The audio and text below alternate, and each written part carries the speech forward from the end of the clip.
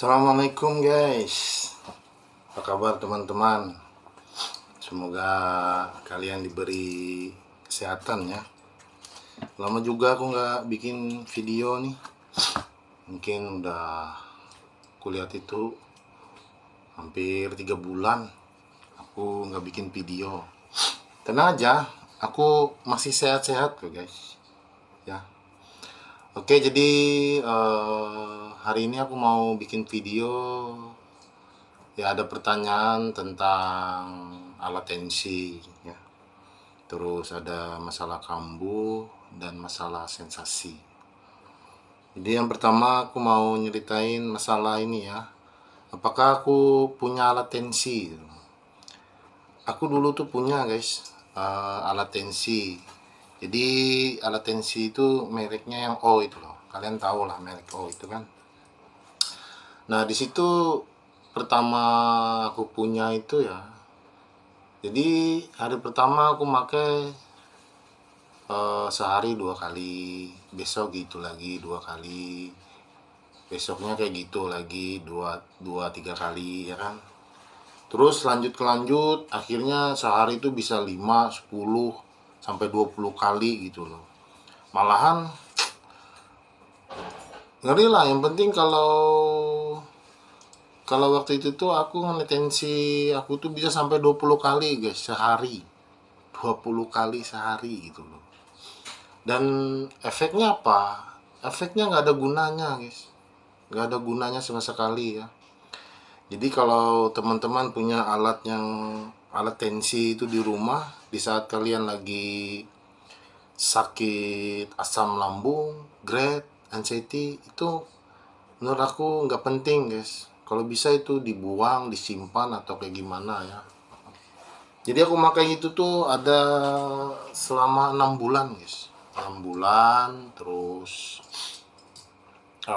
tahu-taunya malah tambah parah gitu loh anxiety gue. Semakinnya namanya aku tensi darah tinggi kan, jadi kalau rasa kayak gimana badanku tensi, bentar-bentar aku tensi. Jadi ada terakhir tuh sampai mungkin ada 30 kali dalam sehari gitu tensi gitu loh. Ya itu tadi efeknya itu tuh nggak ada gunanya kita punya alatnya seperti itu malah menambah parah gitu loh, menambah parah masalah kita gitu loh, menambah tinggi anxiety kita gitu loh, gara-gara itu tadi tensinya. Karena selama aku tensi itu normal itu bisa dihitung kalau nggak salah tuh dua kalian aja. Nggak pernah yang normal benar tuh, nggak pernah tinggi terus, nggak pernah juga yang rendah tuh, nggak pernah, tinggi aja. Jadi ya intinya kalau hasilnya buruk ya itu tadi, anxiety malah tambah tinggi, bukan tambah membaik, tambah parah malah ya. Terus ya itulah pengalamanku pakai alat tensi itu ya. Jadi menurutku kalau teman-teman punya alat tensi di rumah, lebih baik dibuang aja gitu loh, atau disimpan gitu loh. Biarlah biarlah kalau kalian mau tensi itu biarlah dokter gitu. Dokter aja yang tensi kalian, dokter aja yang jawab hasil tensi kalian. Dokter aja nanti yang bikin saran gimana supaya menangani tensi kalian yang tinggi, mungkin yang rendah juga gitu loh. Nggak perlu nggak perlu ada alat itu di saat kalian asam lambung, GERD, anxiety, itu nggak perlu, itu nggak ada gunanya ya. Jadi teman-teman kalau bisa itu dibuang aja ya, kalau menurut aku. Karena aku waktu itu kubuang juga guys, kubuang karena ya nggak ada efeknya. Sampai aku berapa kali ya ganti baterai gitu loh, saking memastikan ketepatannya gitu loh untuk tensi darahku ini. Nah terus aku dulu tuh punya juga alat yang sistemnya jepit gitu, lupa ya, untuk menghitung detak jantung itu.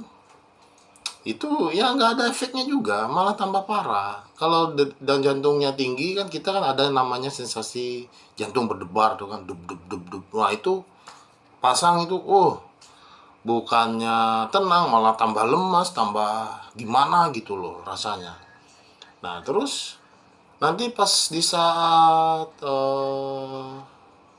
apa ini, alat detak itu nurun, tambah lagi anxiety, ketakutan, kita takut mati, takut lemah, takut pingsan gitu loh. Itu aku punya juga, itu berbarengan juga sama yang tensi tadi, ku buang juga itu. Artinya itu alat yang kayak gitu tuh nggak ada gunanya buat kita yang lagi asam lambung, anxiety, great anxiety, itu nggak ada gunanya ya. Nah itu satu ya guys, masalah alat tadi ya udah aku jawab. Yang kedua, ada yang bertanya, apakah setelah sudah sehat itu kambuh lagi bang? Sebenarnya kan di video tuh aku ada cerita kan bahwa aku ada kambuh guys. Jadi gini ya guys, aku tuh sebenarnya menjawabnya itu eh, kemarin-kemarin tuh aku nggak mau jawab-jawab gitu kan, masalah kambuh atau enggak tuh nggak mau. Kenapa? Karena aku memastikan dulu apakah kambuh itu aku sendiri gitu loh. Ternyata guys, jadi kalau ada yang ditanyakan apakah setelah sehat itu bisa kambuh, kambuh guys. 99,9% guys itu kambuh. Orang yang mantan asam lambung, great anxiety itu tuh pasti kambuh guys. Kalau dia bilang nggak kambuh itu bohong guys, percaya aja bohong. Karena apa? Aku sudah hampir 2 tahunan ini ya, ketemu senior, ketemu orang mantan-mantan asam lambung, terus ngobrol di WA gitu kan, ngobrol di Facebook. Jadi jawaban mereka sama. Jadi aku tanya, gimana kabarnya bang, gimana kabarnya mas, yang senior senior itu kan, alhamdulillah sehat katanya, kemarin baru kambuh. Terus aku tanya lagi satunya, gimana kabarnya, alhamdulillah sehat, kemarin kambuh. Ada yang kutanya perempuan, gimana kabarnya mbak, ini lagi kambuh bang katanya. Ya itu, jadi kalau kalian kalian tuh ya jangan berkecil hati ya, yang sudah sehat terus sakit kambuh ya itu udah biasa gitu loh. Karena itu tadi, karena kita kalau sudah merasa sehat, wah kita suka-suka aja gitu loh, aneh-aneh kita yang kerjain gitu loh. Jadi kalian jangan berkecil hati ya guys, jangan dikira aku kayak gini aku sehat gitu loh, enggak.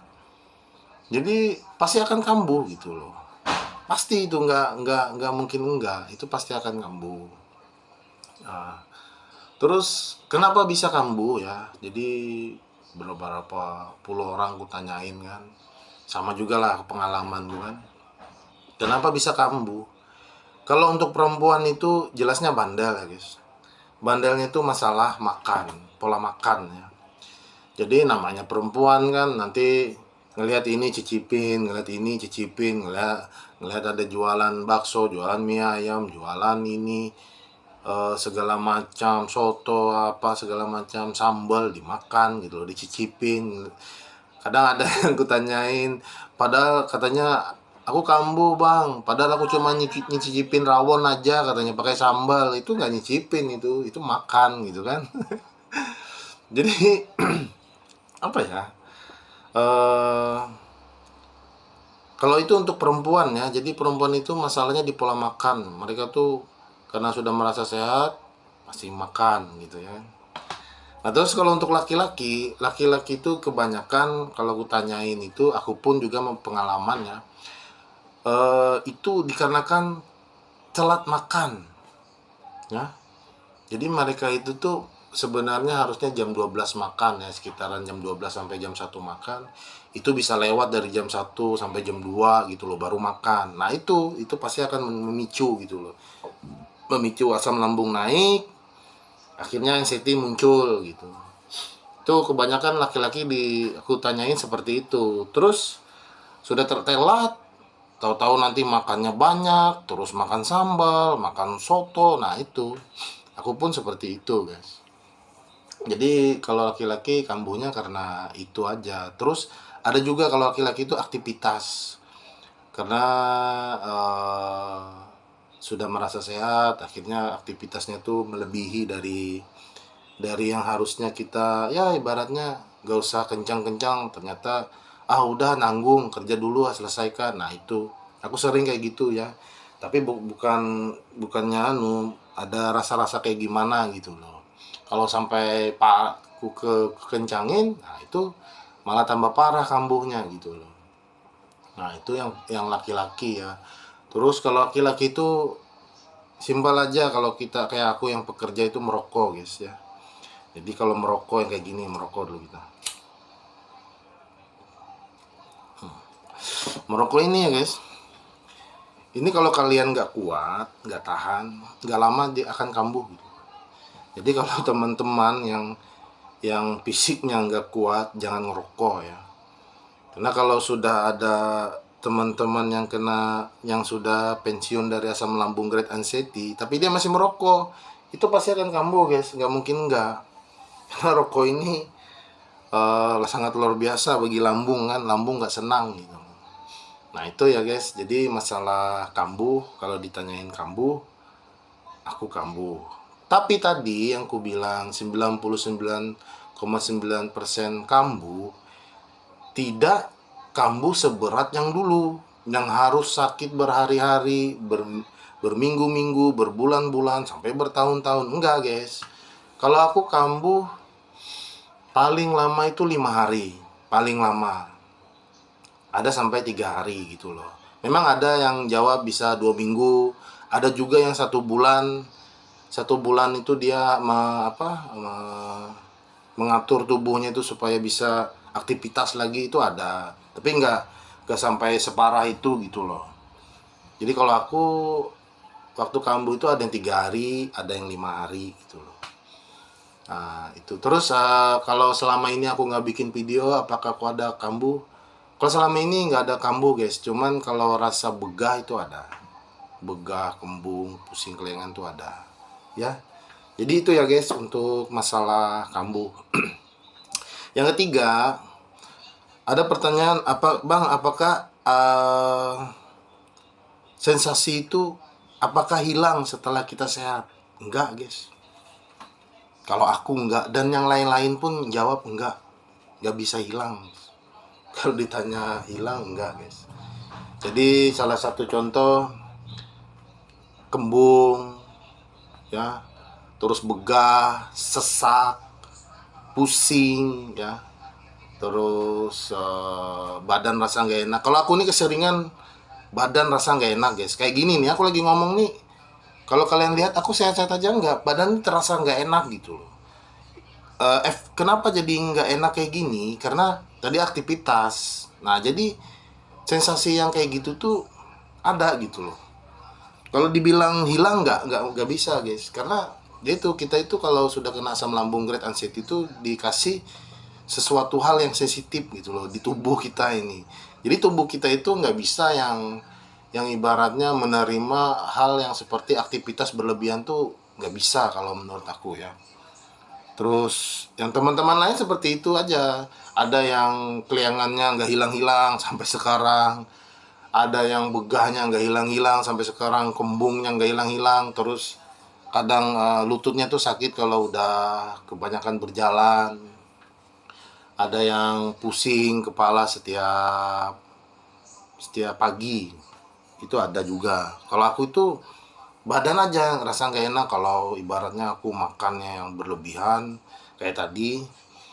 Nah aku makan soto, makan ayam bakar, makan sambal, nah itu rasa badan tuh kayak gimana gitu loh. Terus perut juga kembung gitu loh. Cuman kalau perut kembung itu oke lah, kita nyatakan itu sensasi, boleh. Cuman apa ya, itu memang dari dulu kita itu kembung-kembung kayak gitu tuh memang ada gitu. Kalau setiap makan banyak itu pasti kembung kan, itu wajar gitu. Jadi kalau terus ada juga yang habis makan ngantuk. Ya kalau kita kekenyangan ya jelas ngantuk lah, apalagi habis kerja kita makan banyak ya ngantuk sih. nggak mungkin enggak gitu loh. Itu efek ngantuk itu kalau di kita ya, efek kita ngantuk itu karena kecapean sih. Kalau kalian tidak ada beraktivitas, terus habis makan kalian ngantuk, nah itu tuh mungkin sebabnya asam lambungnya kurang gimana gitu loh. Tapi kalau kita beraktivitas, habis itu kita istirahat makan, itu pasti ngantuk guys. Ngantuk, mata pedas itu wajar gitu. Nah jadi itu ya guys. Kalau kalian bertanya masalah tadi, masalah apakah aku kambuh, ya aku kambuh. Apakah aku dulu punya alat tensi? Aku punya, tapi sudah aku buang. Terus apakah sensasi itu akan hilang? Enggak. Jadi sensasi itu pasti ada gitu loh. Aku malah senang ada sensasi ini guys. Kenapa? Karena sensasi inilah yang mengingatkan aku. Ibaratnya aktivitasku berlebihan, sensasi ini mengingatkanku. Ibaratnya kok badanku nggak enak, nah itu sudah itu pasti berlebihan. Terus makan juga, kalau makan terus begah, terus pusing, berlebihan ya, pusing, nah itu udah. Aku senang itu. Kalau aku sih sensasi itu sudah jadi teman gitu loh. Sudah jadi teman sejatiku gitu loh. Jadi kalau kalau kalian merasa risih dengan sensasi itu salah guys. Sensasi itu baik gitu loh. Baiknya itu untuk mengingatkan kita hal-hal yang berlebihan gitu loh. Kalian makan yang berlebihan, kalian aktivitas yang berlebihan, nah itu pasti gitu loh. Sensasi itu akan muncul. Kalau di aku sensasi yang ada ya itu tadi. Pokoknya kalau aku aktivitas berlebihan atau makan aku berlebihan kayak ini tadi, nah ini badannya rasa kayak gimana kayak gimana. Nah itu pasti ada, ini badannya terasa nggak enak segala macam, itu wajar gitu loh. Karena ya aku senang kalau ada sensasi itu, aku senang. Bukannya timbul ada sensasi kita kan ada apa? Ada musibah atau ada enggak guys, tenang aja, aku udah berapa tahun kok aman aja.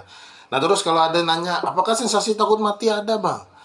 Sensasi takut mati itu kadang aku rasakan di saat sehat. Jadi rasakannya itu tuh di saat aku sejak tadi berlebihan. Terus muncul sensasi rasa badan tuh nggak enak. Tahu-taunya wah ini kenapa ini kok ini eh biasanya nggak kayak gini kok anu. Nah, terus muncullah yang seperti itu kan. Cuman nggak bikin aku drop. Ya udah, kalau memang sudah waktunya oke gitu loh.